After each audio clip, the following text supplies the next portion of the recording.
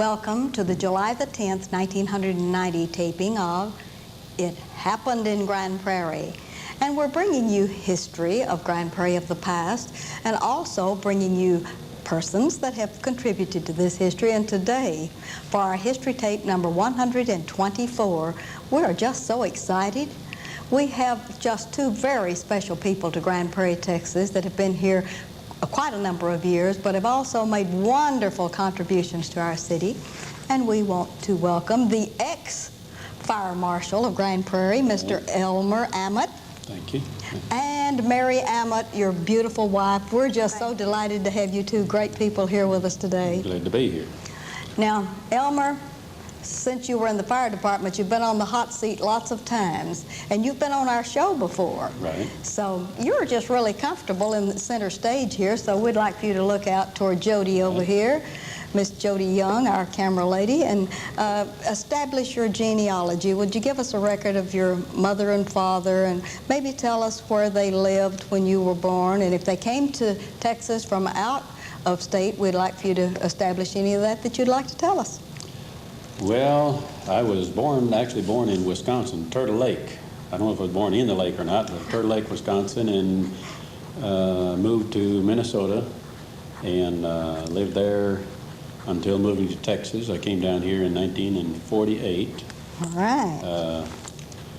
Dad died when I was in the first grade, and Mother still lives in Minnesota. In fact, last September we were up there and celebrated her 90th birthday. How wonderful. And up also in Minnesota, I have two brothers and a sister. Name those, if you would. Well, my oldest brother, Arnie, lives in St. Paul. And next oldest brother is Carl, and he lives in Lakeville, which is just south of Minneapolis. And I have a sister living in Hopkins, which is a suburb of Minneapolis, and my mother's also in Hopkins. All right. And I have a brother that is out in Phoenix, Arizona. Been out there for many years. All right. And that's what I have as far as my family. And you're born in Turtle Lake, and you were born to what two parents, and I want you to tell us their full names. Albert P. Ammett. All right. And mother was Helga Ulseth. That's Norwegian. In fact, both grandparents on both sides, all the grandparents came directly from Norway, so we haven't been over here too long. Oh, that's great. And Ammett, a lot of people ask about the double A in my name, which is quite common in a lot of Norwegian names. All right. And then your mother has remarried since that time, and would you like to give us that name? Her last name now is Darst, D-A-R-S-T. Okay, all right. And she lives way up in Minnesota. Hopkins, Minnesota. Oh, that's a long way away, but I think that was wonderful. You got to go there for her 90th birthday. Oh, yeah. Yeah, the whole family got together. Yeah, and we're going to go up again within the next few months again. We usually try to get up every year at least once. Having been born in Turtle Lake, where did Elmer go to school when he was a young man? Went to school in Cannon Falls, Minnesota, which is about 50 miles south of Minneapolis. And I went there up through the 5th grade, and then I was in a Vesa Children's Home until I went through the 8th grade. All right. I went my freshman year in Red Wing, Minnesota, where they make the Red Wing shoes. All right. And from there, I moved back to Cannon Falls and batched it with an older second cousin. And then I moved back into the city, and I finished my junior and senior year in Cannon Falls. And during that time, I worked for Jerry Silver. You remember him, had the theaters here, he and his brother and sister. And after graduation, I went directly in the Navy Seabees. That's the best part of the Navy. All right. And was in there a couple of years and left there. And when I got back home, I went out to Wyoming. All right. Worked in oil fields a little while, and then I was working in the building railroad tunnels through the Wind Canyon out there. And that's when Mr. Silver called me and wanted me to come down here to Grand Prairie. He said, we're buying a couple of theaters and we're building a third one. I want you to come down and help me run them.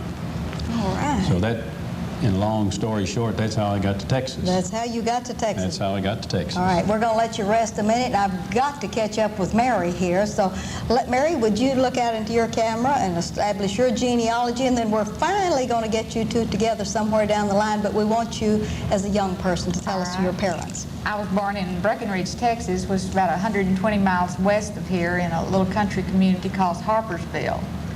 And my father was Arthur Delbert Cochran. My mother was Lou Edna Louder Cochran Jones now. She's married to B.B. Jones, and they still live here in Great Prairie. Yes.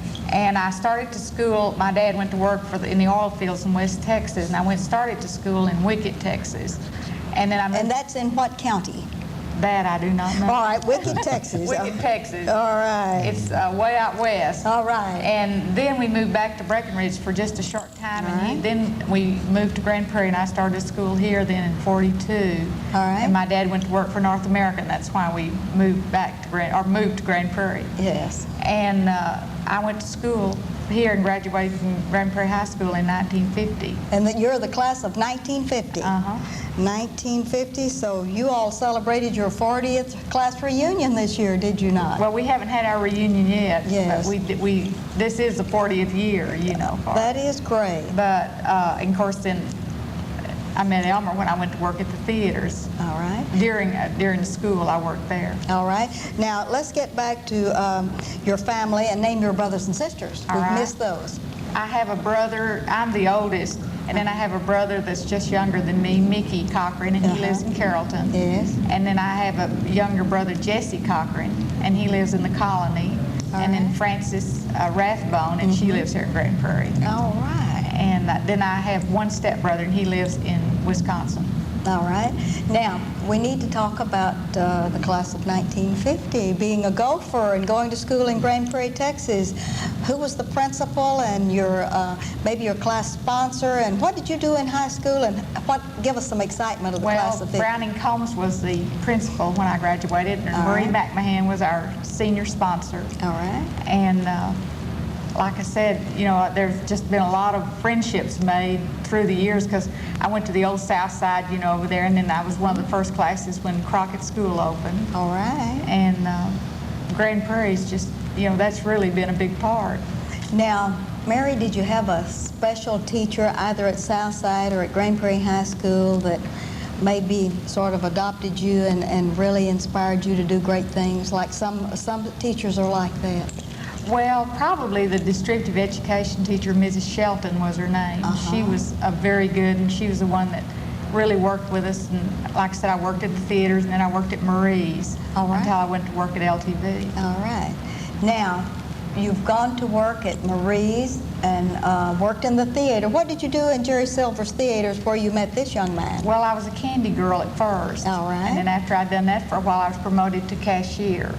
All right, and then tell us about meeting Elmer and the excitement of finding this young man all the way from Wisconsin and all up in the north. Well, of course, I said, you know, it was love at first sight. Yes. I met him in January, and then we married in April. So, like I said, you know, it was just really, I don't know why that he was so special then, but he was different.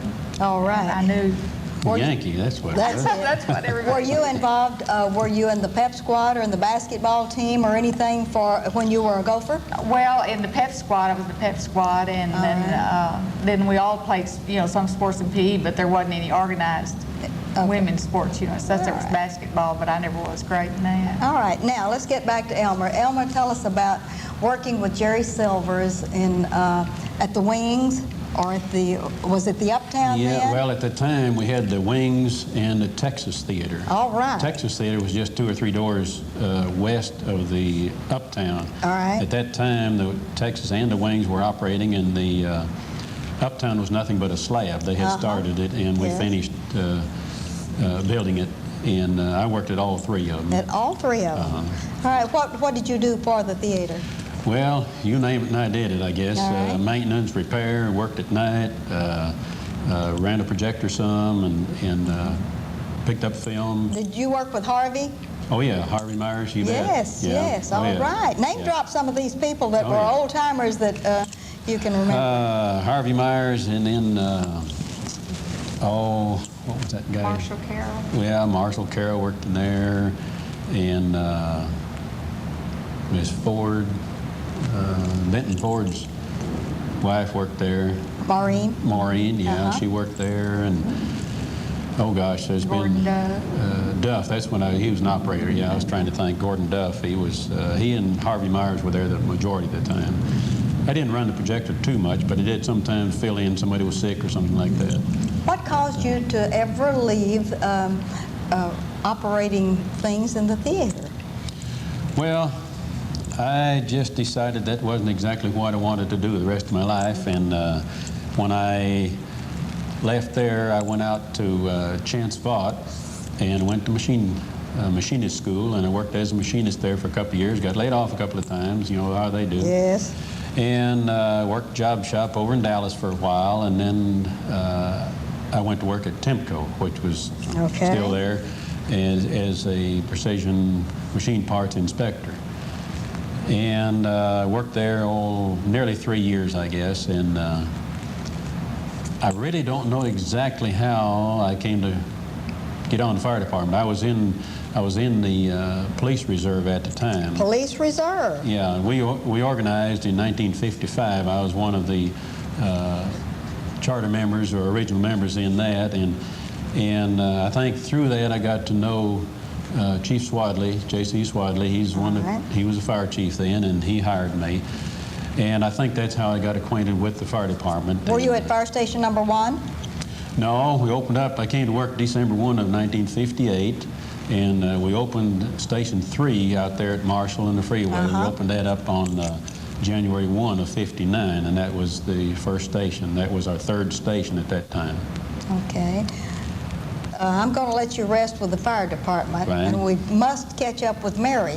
All right, Mary, all of this time after you got out of school and after you married, well, then we know you've raised a family, so we'd like for you to tell us a little bit. Name drop the family members, your children, and if you would tell us where they are now, and maybe even name drop your grandchildren. That's true.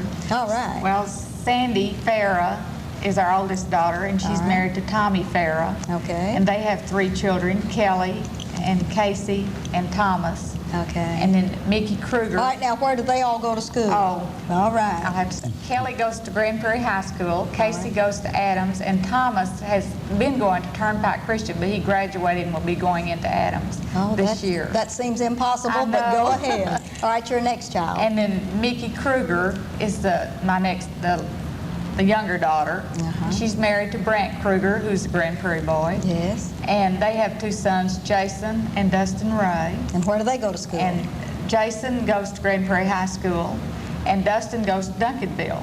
All right. I'm not real sure of the name, but he does go to school over there. All righty. And he went to Eisenhower earlier when he was here.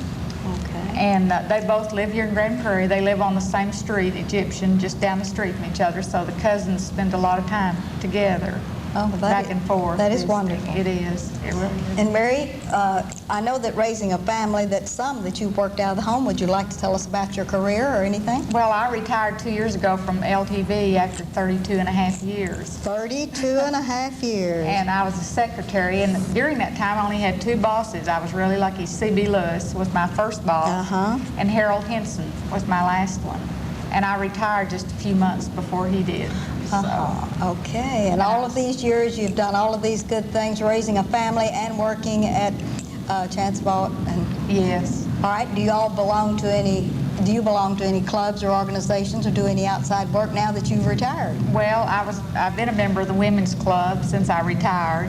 All right. And before that, of course, the girls, when they were home, kept us very busy with their music and all the things they were involved in. You ran taxis. Yes. Uh-huh. And then now that the grandkids live so close, we still are to a certain extent. Not as much since some of them started driving. All right, do you all attend a church locally here? Yeah, Oak Cliff Lutheran. The Oak Cliff Lutheran. Yes. We've been members over there, let's see, about 38 years now. Oh, that is great. All right, now let's get back to Elmer. We're back in the fire department. We're out at fire station number 3, and the excitement of working for J.C. Swadley as the chief. Bring us on up to date a little bit more, and some of the people that you've worked with, and maybe some of the volunteer firemen or anything like that that you'd like to tell us about.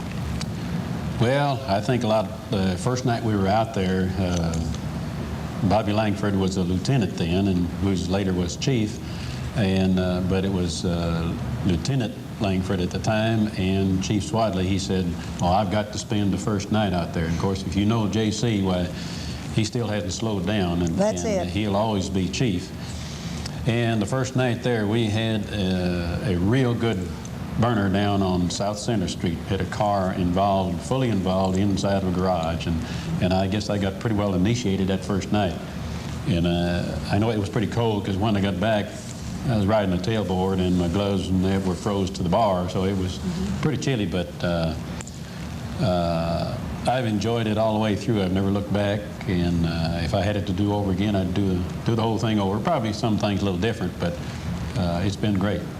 Is this the time that Chief Swadley forecast that you, as a newcomer in the fire department, were going to really get initiated with the fire that night? Did he prophesy that? Yeah, he sure did. He said, either he said we're going to go out at 4 o'clock and we went at 5, or he said 5, we went at 4.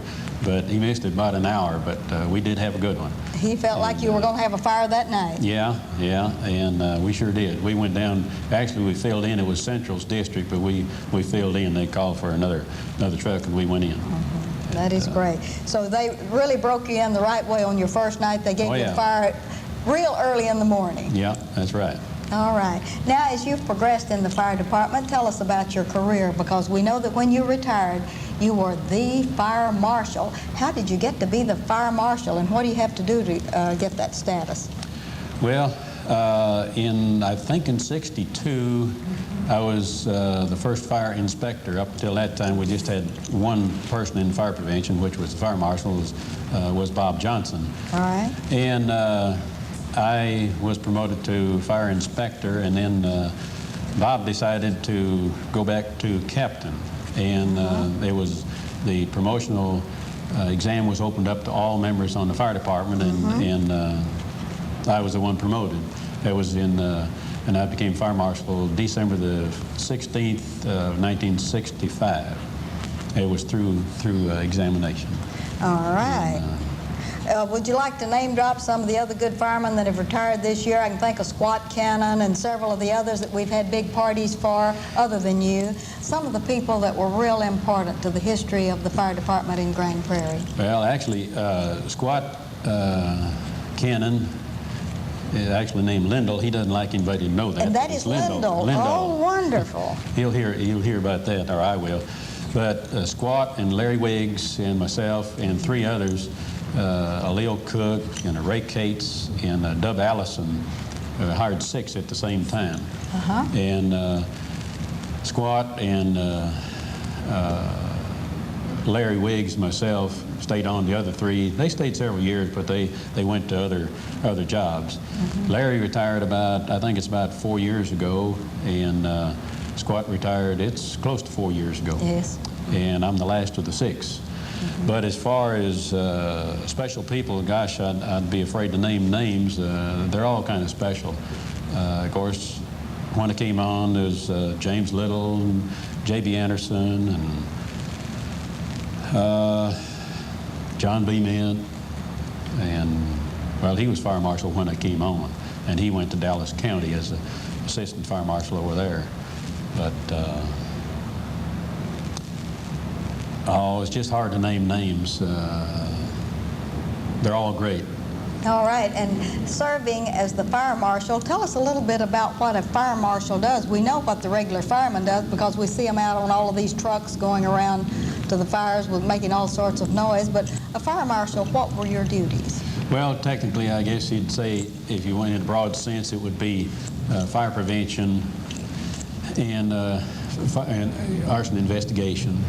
And of course, we get into a lot of public relations, a lot of problems that people have that are not necessarily related to a fire problem, anything from health problems, and of course we get in on the tall grass and weeds, all kinds of hazards, inspections, and that covers all public buildings, industries of all kind. We get into, I think is very important, is sometimes rewriting or writing new ordinances. or revising them, going through plans for new development. We get very involved in that, specifying fire hydrants and different types of fire protection, what's needed, and enforcing the codes, fire lanes. Summary, fire safety. Yeah, basically safety, fire prevention and safety and investigation.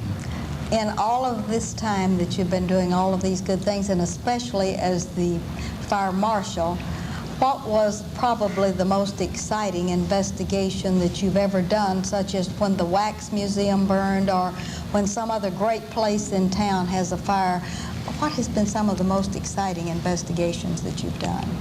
Well, of course, the Wax Museum, I think, was probably our most expensive fire, and lumber yards. But I think some of the most involved that I got in was the railroad trestle down here. We've had two of them down there. One of them amounted to about $2.5 million. That was quite involved, work with ATF and the railroad people on that.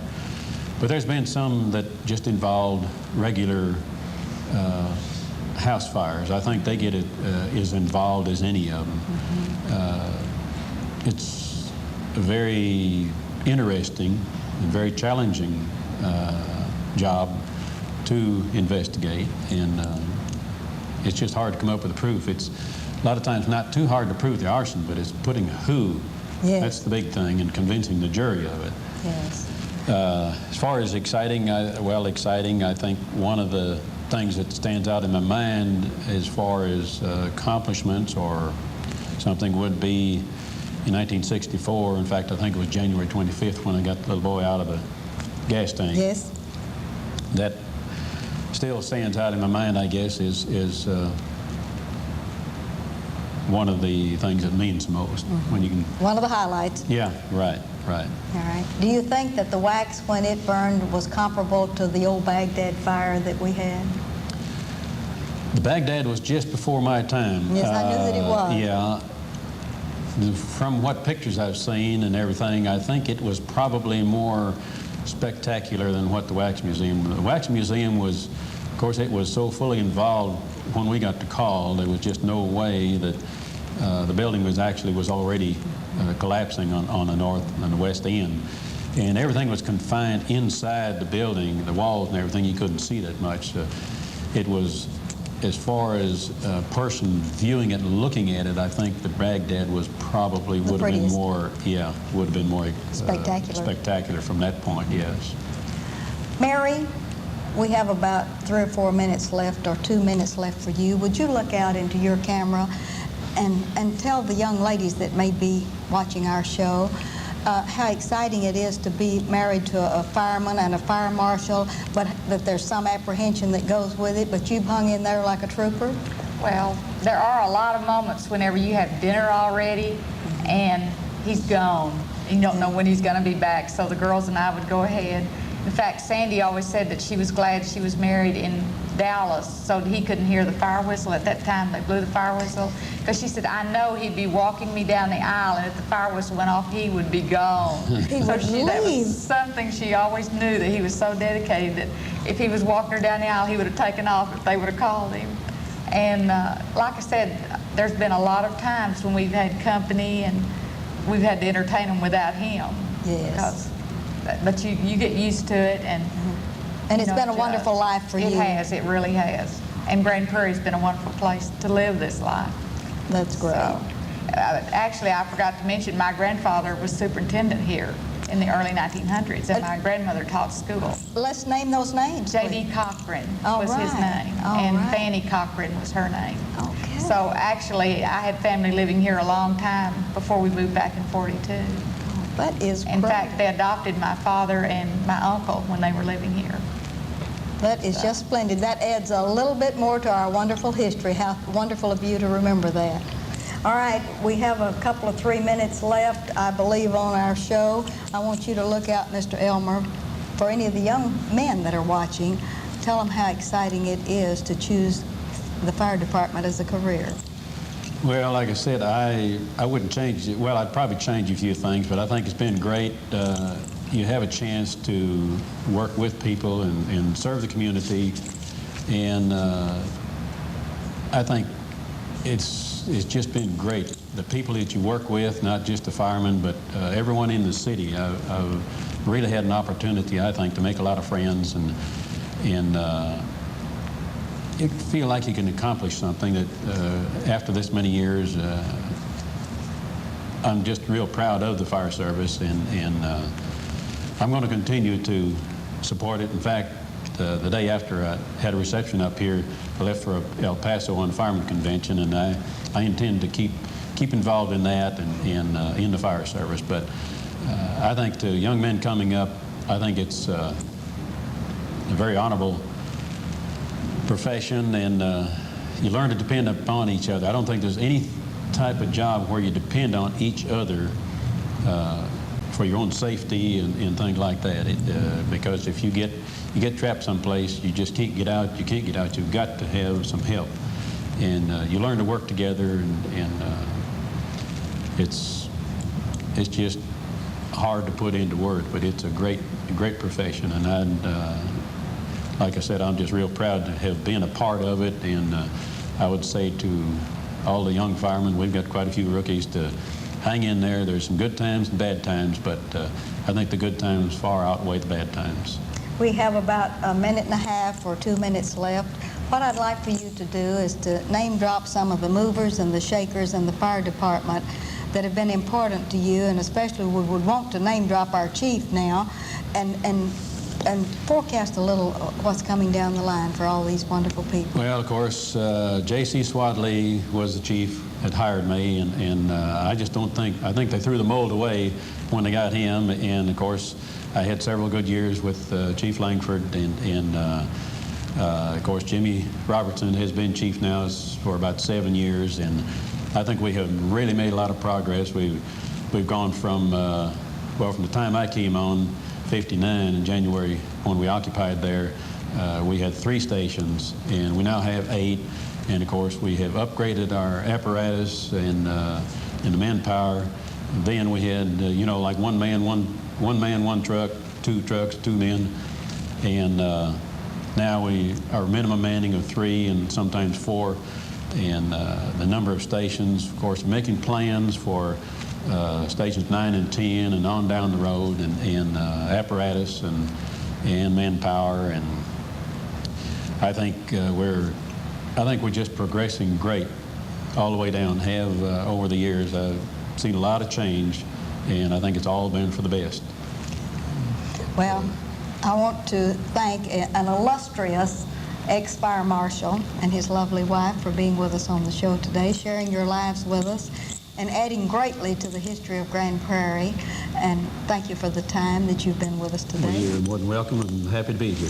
Thank you for asking us. And this is Ruthie Jackson reminding you that history is as we live and do.